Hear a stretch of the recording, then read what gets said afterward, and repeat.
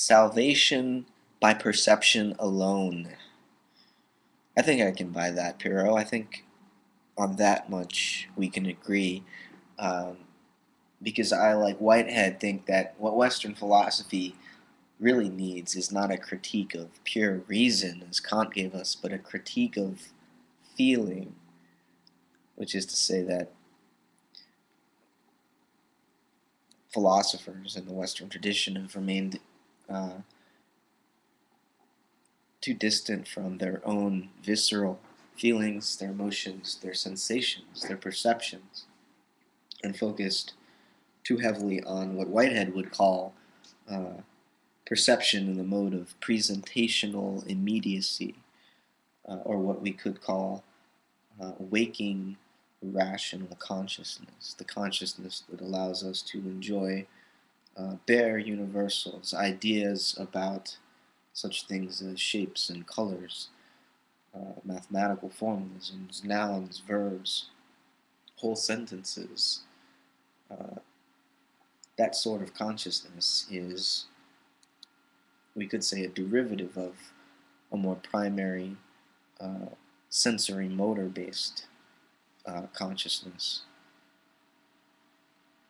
And on that much we agree, Pero. But when you say that we no longer have to deal with what is, that being is no longer a question for us, and that reality is no longer uh, what we can rightly claim our perceptions are of.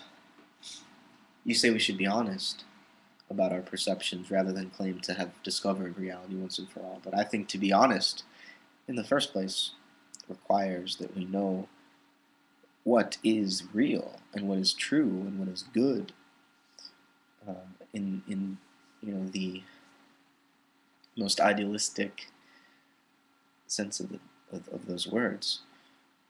Um, while we gain access to the reality that we are uh, encompassed by through our senses, through our experience, through our perceptions, through our bodies, uh, we still know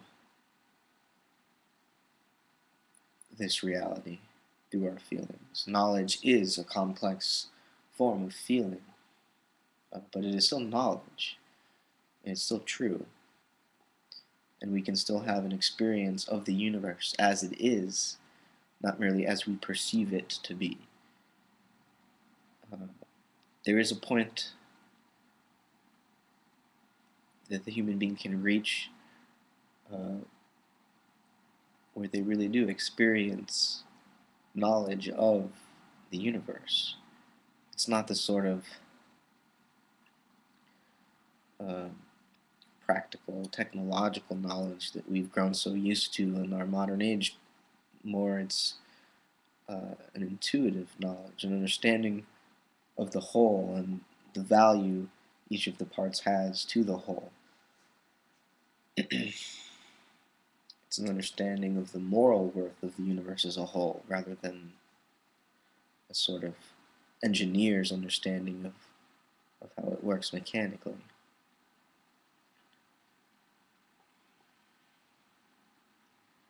And so it's not all relative. We can know what is because we are what is. We are sensuously attached to it.